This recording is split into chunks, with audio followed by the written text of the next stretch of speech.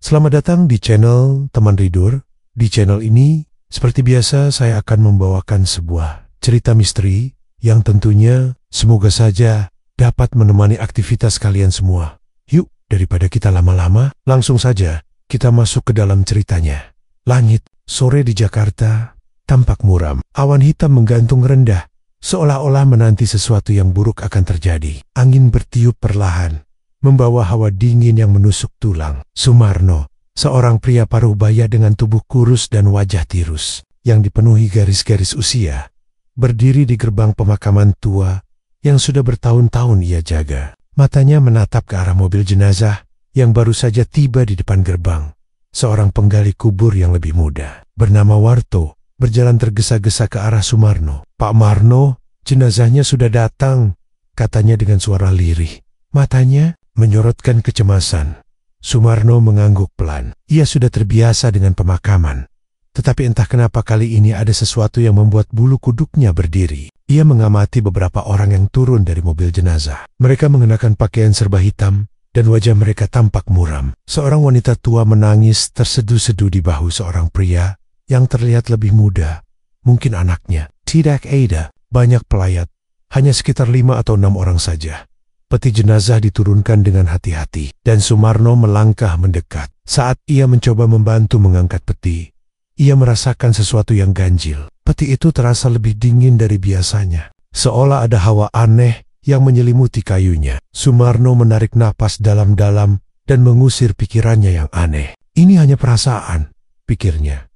Ketika peti jenazah diletakkan di samping liang lahat yang sudah digali, suara guntur bergemuruh di langit. Para pelayat saling bertatapan, beberapa di antara mereka terlihat gelisah. Warto menoleh ke arah Sumarno, seakan meminta penjelasan atas kejadian aneh ini. "Hanya kebetulan, mungkin hujan mau turun," bisik Sumarno, lebih kepada dirinya sendiri.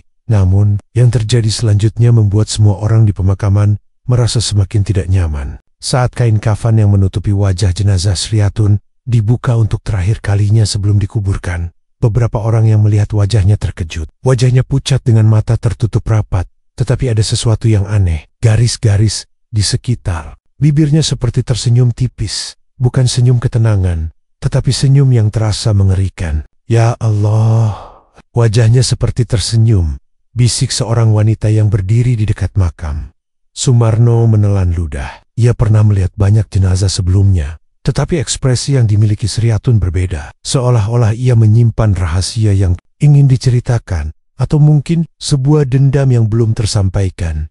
Prosesi pemakaman berlangsung dalam keheningan yang mencekam. Tanah perlahan-lahan menutupi peti, dan setiap kali sekop tanah dijatuhkan, terdengar suara lirih hampir seperti bisikan dari dalam liang lahat. Mungkin hanya hembusan angin, tetapi suara itu terdengar seperti kata-kata yang tidak bisa dimengerti. Tiba-tiba, seorang pria yang sejak tadi berdiri di kejauhan melangkah mendekat. Pakaiannya serba hitam, wajahnya tertutup sebagian oleh topi lusuh yang ia kenakan. Ia berjalan perlahan, lalu berdiri tepat di samping Sumarno. Aroma dupa samar tercium dari tubuhnya.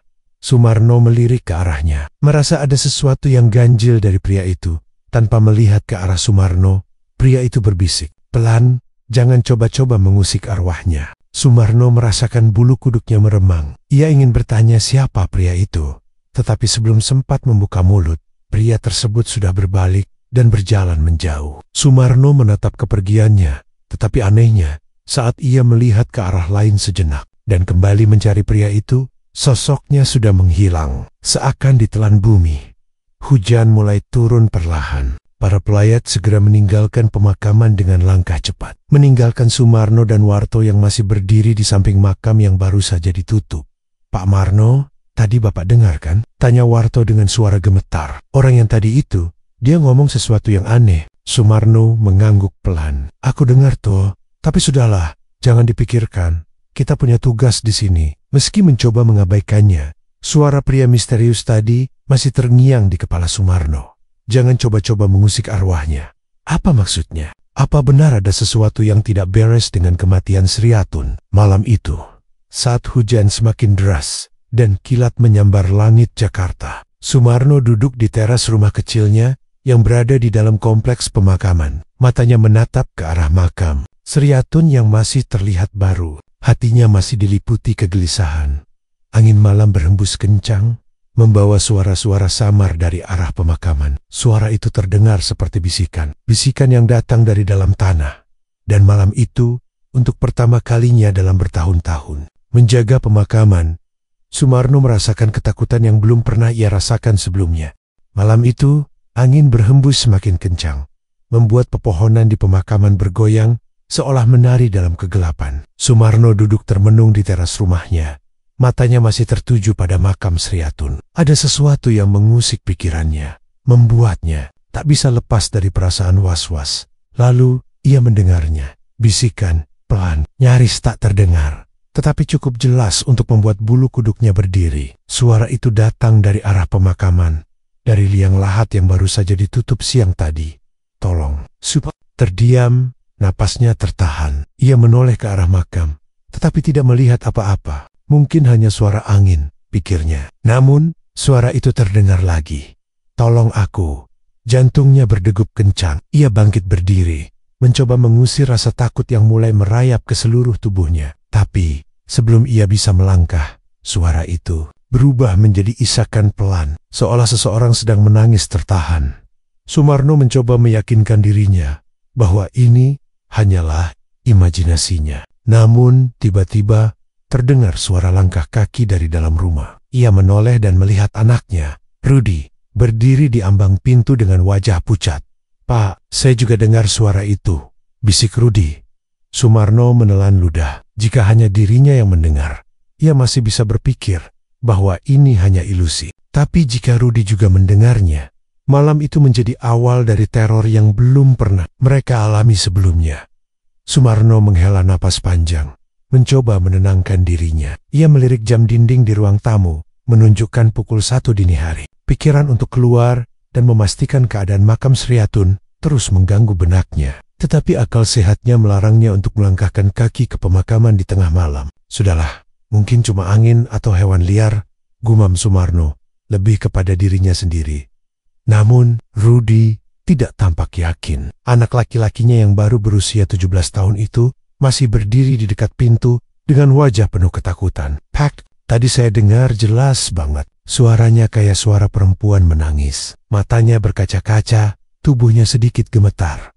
Sumarno mengusap wajahnya, mencoba berpikir jernih. Ia lalu mendekati jendela, mengintip keluar. Makam Sriatun tampak sama seperti sebelumnya. Tidak ada yang berubah, tidak ada bayangan, tidak ada pergerakan, hanya angin yang meniup pepohonan dan gemerisik daun-daun kering. "Sudah, kamu masuk kamar dan tidur," perintah Sumarno dengan lembut. "Biar Bapak lihat nanti kalau ada yang aneh." Rudy tampak ragu, tetapi akhirnya menurut. Ia berjalan perlahan menuju kamarnya. Sesekali menoleh ke arah ayahnya, seakan ingin memastikan bahwa Sumarno tidak akan pergi keluar. Sumarno kembali duduk di kursinya. Ia mencoba mengabaikan perasaan aneh yang terus menghantui pikirannya. Namun, baru saja ia menutup matanya, suara itu terdengar lagi. "Sumarno, tolong aku." Kali ini, suara itu lebih jelas. Tidak lagi seperti bisikan samar, tetapi seperti suara seseorang yang berbicara dari kejauhan. Sumarno merasakan bulu kuduknya berdiri. Tangannya mencengkeram sandaran kursi dengan kuat. Ia menoleh ke arah makam Sriatun, dan kali ini ia yakin bahwa suara itu berasal dari sana. "Ya Allah," bisiknya. Tiba-tiba, terdengar suara ketukan di pintu depan. Sumarno terlonjak. Ketukan itu tidak keras, tetapi cukup untuk membuatnya merinding. Siapa yang datang larut malam begini? Dengan tangan gemetar, ia bangkit dan berjalan perlahan ke arah pintu. "Siap?" tanyanya. Suaranya terdengar bergetar. Tidak ada jawaban, hanya keheningan yang semakin menekan. Sumarno mengumpulkan keberaniannya dan membuka pintu perlahan. Namun, tidak ada siapapun di sana. Hanya angin malam yang menerpa wajahnya dan bayangan pepohonan yang bergoyang. Ia melangkah keluar, mengedarkan pandangan ke sekeliling. Makam Sriatun tetap terlihat seperti sebelumnya, tetapi ada sesuatu yang berbeda. Tanah di atas makam itu tampak sedikit bergelombang, seperti ada sesuatu yang bergerak di bawahnya. Jantung Sumarno berdegup semakin kencang. Apakah ia harus mendekat dan memastikan, ataukah lebih baik ia kembali ke dalam rumah dan pura-pura tidak melihat apapun. Sebelum ia bisa memutuskan, angin bertiup lebih kencang dan suara itu terdengar lagi. Kali ini lebih jelas dan penuh kesedihan. "Sumarno, tolong aku. Aku belum mati." Sumarno mundur beberapa langkah. Matanya membelalak. Suara itu terdengar seakan berasal dari bawah tanah. Dari dalam liang lahat Sriatun, tiba-tiba terdengar suara derit pintu. Sumarno menoleh ke arah rumahnya dan melihat Rudi berdiri di ambang pintu. Wajahnya semakin pucat. "Pak, tanah di makam itu." "Bagus," bisik Rudi dengan suara gemetar. Sumarno tahu ia tidak bisa mengabaikan ini lebih lama lagi. Sesuatu yang aneh dan mengerikan sedang terjadi. Dengan langkah ragu, ia berjalan mendekati makam Sriatun, mencoba memastikan apa yang sebenarnya sedang terjadi. Setiap langkah yang ia ambil terasa berat, seakan ada sesuatu yang menahannya. Saat ia sudah berdiri tepat di samping makam, tiba-tiba angin berhenti berhembus. Suasana menjadi sangat sunyi, dan kemudian dari dalam tanah terdengar suara jeritan yang memilukan. "SUMARNOTOLONGAKU." Tanah di atas makam berguncang hebat. Sumarno mundur dengan panik, hampir jatuh tersungkur. Rudi berteriak ketakutan dari kejauhan. Lalu, semuanya menjadi hening kembali, seakan tidak pernah terjadi apapun. Sumarno berdiri, terdiam, napasnya memburu. Ia tidak tahu apa yang baru saja ia saksikan. Tetapi satu hal yang pasti, arwah Sriatun belum pergi dengan tenang, dan mungkin ia ingin sesuatu darinya. Malam itu, Sumarno tidur dengan gelisah. Hatinya masih dipenuhi kegelisahan setelah kejadian di makam Sriatun. Ia mencoba meyakinkan dirinya bahwa semua yang ia dengar dan lihat hanyalah ilusi. Tetapi sesuatu di dalam hatinya mengatakan bahwa ada yang tidak beres. Ketika ia akhirnya tertidur, mimpi buruk datang menghampiri. Dalam mimpi itu, ia berada di pemakaman, tepat di depan makam Sriatun. Tanah di atas makam itu tampak basah dan berlumpur, seolah baru saja digali.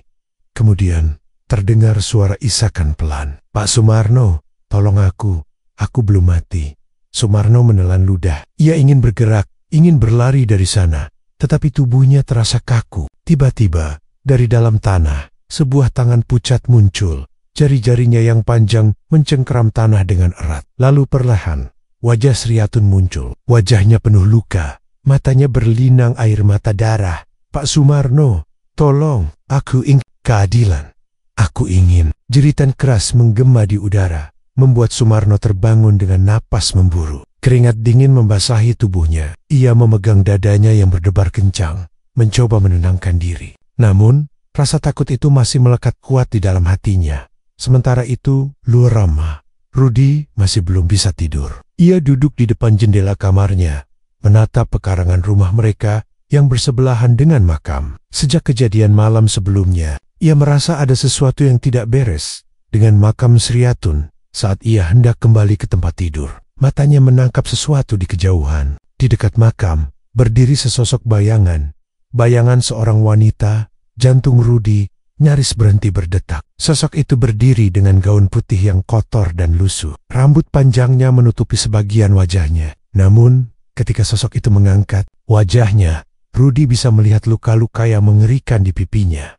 Matanya kosong, tetapi penuh dengan duka. "Masya Allah." Rudi bergumam, mundur beberapa langkah dari jendela. Sosok itu menatapnya beberapa saat, sebelum menghilang di balik pepohonan pemakaman. Rudi menelan ludah, masih gemetar ketakutan. Keesokan paginya, Sumarno masih belum bisa melupakan mimpinya. Ia duduk di teras rumah, merenungkan apa yang terjadi. Rudi keluar dengan wajah kusut. Tampaknya ia juga tidak bisa tidur nyenyak. "Pak, tadi malam saya lihat sesuatu," ujar Rudi dengan suara pelan. Sumarno menoleh, menatap anaknya dengan waspada. "Apa yang kamu lihat?" "Ada bayangan wanita di dekat makam. Mukanya penuh luka, Pak." "Saya yakin itu Mbak Sriatun," kata Rudi dengan wajah ketakutan. Sumarno menghela napas panjang. Ia tidak bisa mengabaikan semua tanda ini. Ada sesuatu yang ingin disampaikan oleh Sriatun. Di tengah kegelisahan mereka, seorang lelaki tua datang berjalan perlahan menuju pemakaman. Ia adalah Pak Karto, seorang pria tua yang sering berkunjung ke makam untuk membersihkan dan berdoa. Sumarno mengenalnya dengan baik. "Sumarno," panggil Pak Karto dengan suara berat. "Kamu kelihatan gelisah. Ada yang mengganggu pikiranmu?" Menatap pria tua itu sejenak, lalu mengangguk. Saya rasa ada yang tidak beres dengan makam Sri Hatun. Pak Karto, saya mendengar suara-suara aneh. Bahkan Rudi melihat sesuatu tadi malam. Pak Karto mengangguk pelan. Ekspresinya penuh kebijaksanaan. Aku sudah mendengar cerita tentang Sri Hatun sebelum dia meninggal. Ada sesuatu yang janggal dengan kematiannya. Dan sekarang, arwahnya gelisah. Sumarno menelan ludah. Maksud Bapak, Pak Karto duduk di bangku kayu di depan rumah Sumarno, lalu berkata dengan suara pelan. Beberapa hari sebelum Sri Hatun meninggal, aku pernah melihatnya di pasar. Dia terlihat ketakutan, seolah sedang dikejar sesuatu. Aku tidak tahu pasti apa yang terjadi, tapi aku yakin dia menyimpan rahasia besar. Sebelum kematiannya, Sumarno dan Rudi saling pandang. Jadi, menurut Bapak, dia tidak meninggal wajar? Tanya Rudi. Pak Karto menghela napas. Aku tidak tahu pasti, tapi aku merasa ada sesuatu yang belum terselesaikan. Kalau benar arwahnya masih berkeliaran, itu berarti dia belum mendapatkan keadilan. Sumarno terdiam. Pikirannya berkecamuk. Semua kejadian aneh yang ia alami mulai masuk akal. Ia harus mencari tahu lebih jauh tentang Sri Hatun dan penyebab kematiannya. Namun, ia tidak tahu bahwa keputusannya itu akan membawanya ke dalam bahaya yang lebih besar. Malam itu, setelah berbincang dengan Pak Karto, Sumarno semakin yakin bahwa kematian Sri Hatun menyimpan misteri besar. Ia tidak bisa tinggal diam. Sebagai penjaga makam, ia merasa bertanggung jawab atas ketenangan para arwah yang bersemayam di sana. Jika benar Sri Hatun meninggal tidak wajar, ia harus mencari tahu kebenarannya.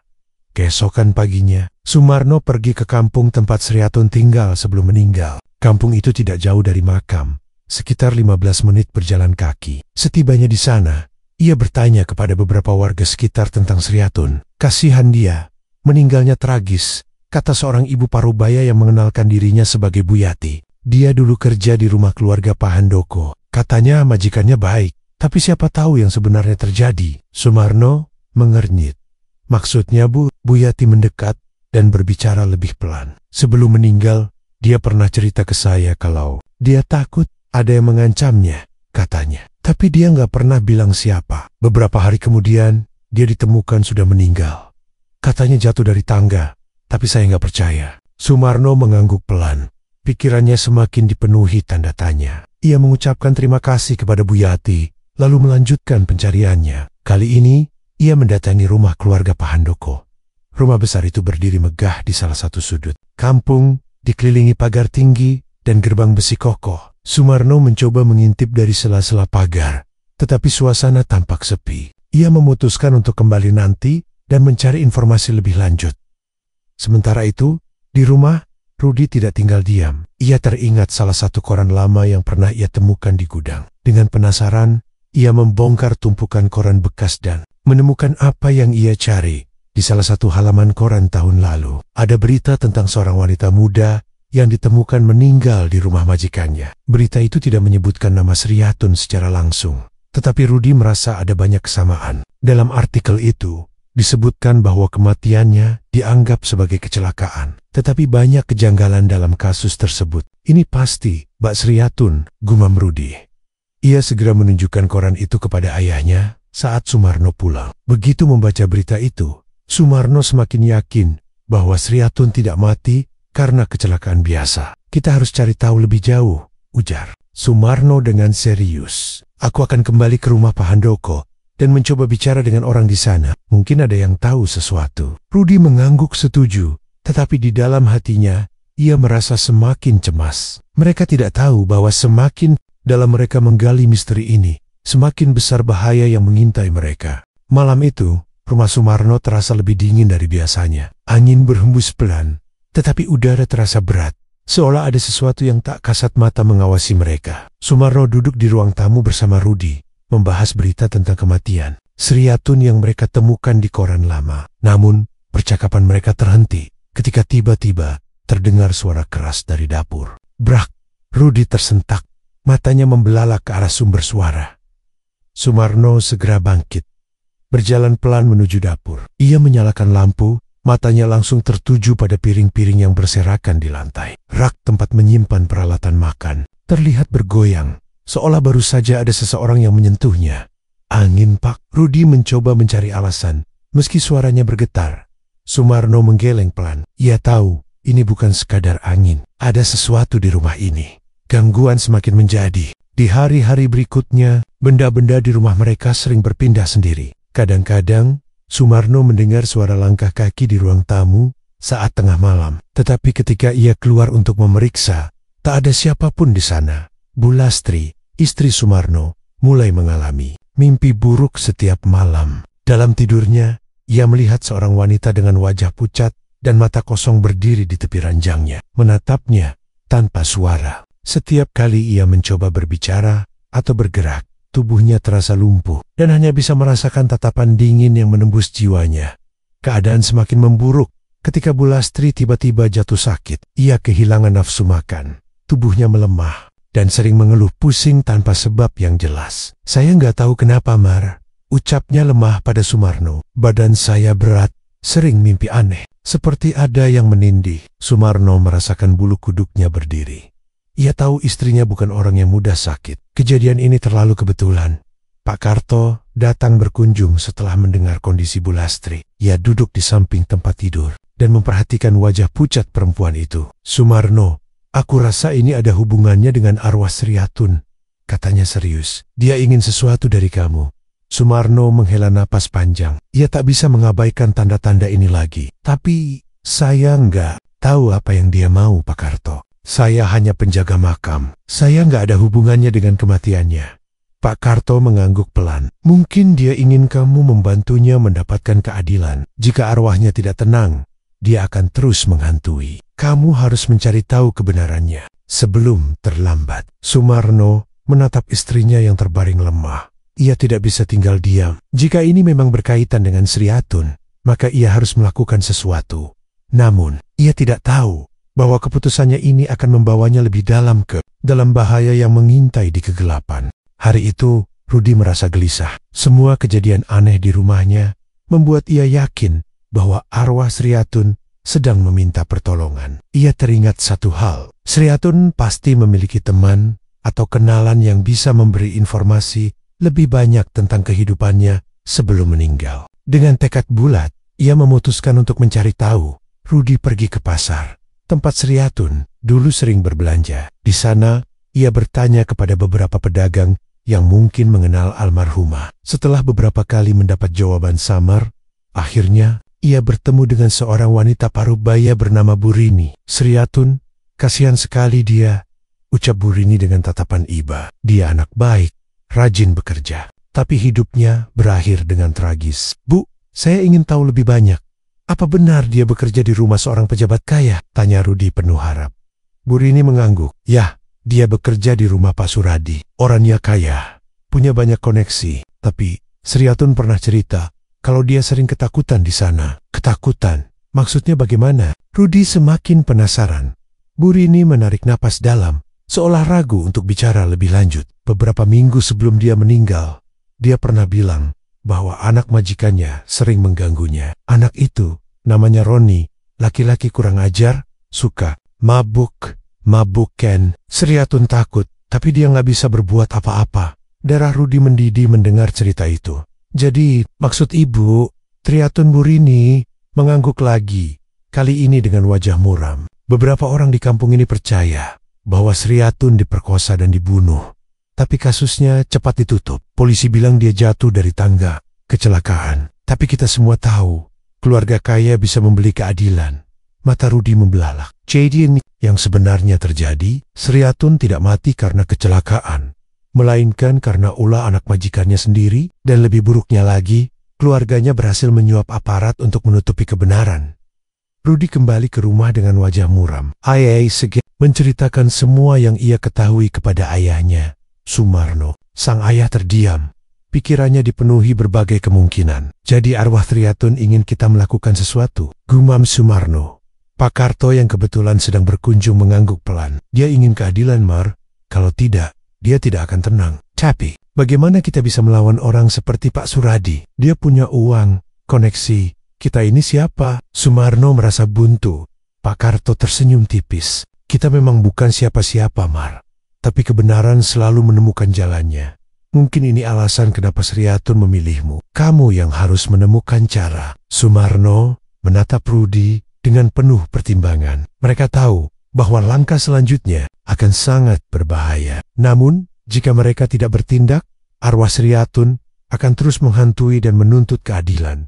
Dalam hati, Sumarno berjanji ia akan menguak kebenaran, apapun risikonya. Malam itu, rumah megah keluarga Suradi yang biasanya terang benderang mendadak terasa suram. Roni, anak majikan Sriatun, duduk di kamar dengan wajah tegang. Ia merasa ada sesuatu yang tidak beres. Beberapa hari terakhir, ia mengalami mimpi buruk. Yang sama, seorang wanita dengan wajah penuh luka menatapnya dengan mata kosong. Setiap kali ia mencoba berteriak, wanita itu mendekat dan membisikkan sesuatu yang membuat darahnya membeku. "Aku tahu apa yang kau lakukan." Roni meneguk segelas minuman kerasnya dengan tangan gemetar. Ia mencoba meyakinkan dirinya bahwa semua ini hanya halusinasi. Namun, suara-suara aneh mulai terdengar dari sudut kamar. Pintu lemari berderit pelan, seperti ada yang mengintip dari dalam. "Siapa di sana?" Roni berteriak, tapi tidak ada jawaban.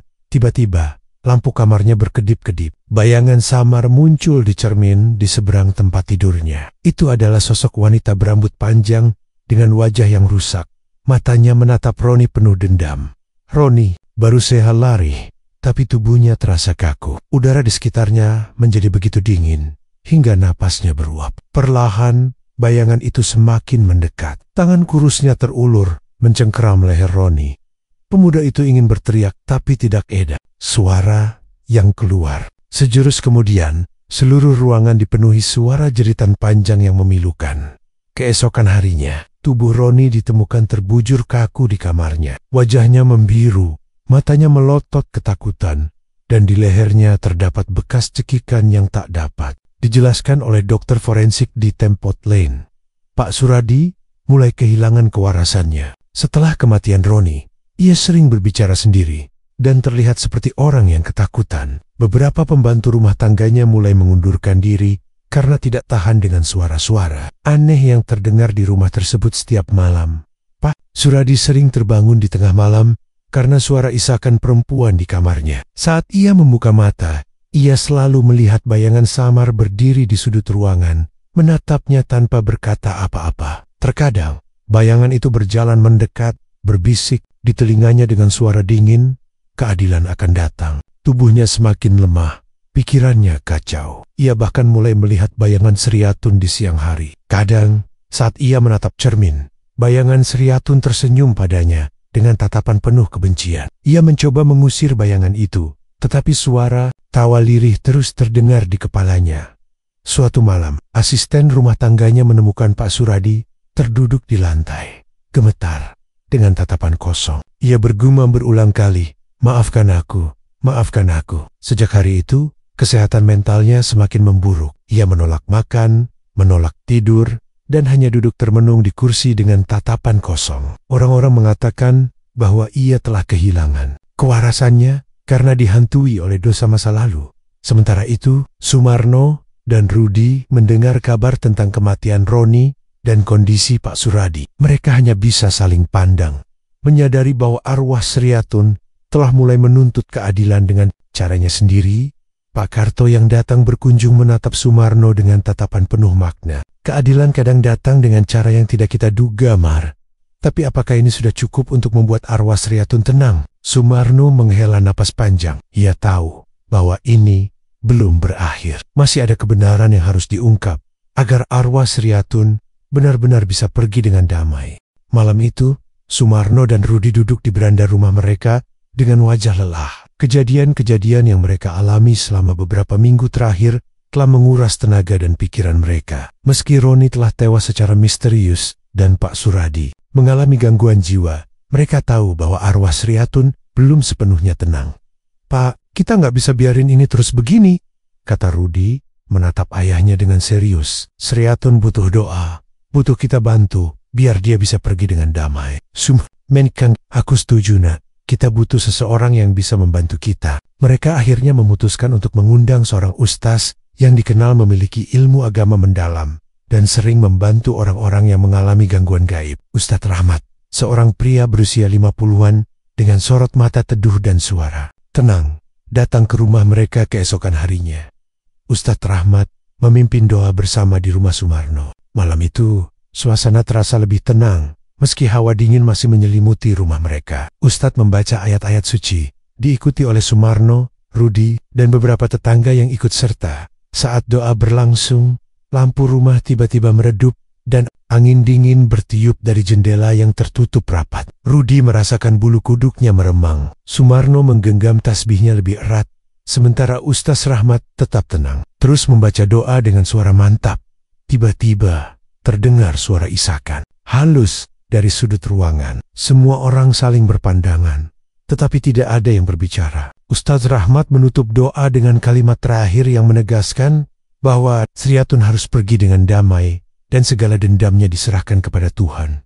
Perlahan, suasana rumah mulai terasa lebih hangat. Angin dingin menghilang dan perasaan menekan yang selama ini mereka rasakan mulai mereda. Setelah doa di rumah selesai, mereka memutuskan untuk pergi ke makam Sriatun. Malam itu, langit gelap tanpa bintang, hanya diterangi oleh lampu-lampu jalan yang redup. Sumarno membawa air yang telah didoakan untuk dipercikan di atas makam. Saat mereka tiba, makam Sriatun tampak berbeda. Biasanya, suasana di sekitar makam itu selalu terasa dingin dan mencekam. Tetapi malam itu, ada keheningan yang aneh. Sumarno menyiramkan air doa ke atas tanah makam, sementara Ustadz Rahmat kembali memimpin doa. Ketika doa berakhir, tiba-tiba terdengar suara angin berhembus kencang. Di antara pepohonan, Sumarno dan Rudi menatap ke sekeliling dengan waspada. Lalu, mereka mendengar sesuatu suara lembut yang hampir seperti bisikan. "Terima kasih, Rudi." Membesar, ia menoleh ke Ustadz Rahmat, yang hanya tersenyum tipis. "Sudah, selesai," kata sang ustaz dengan tenang.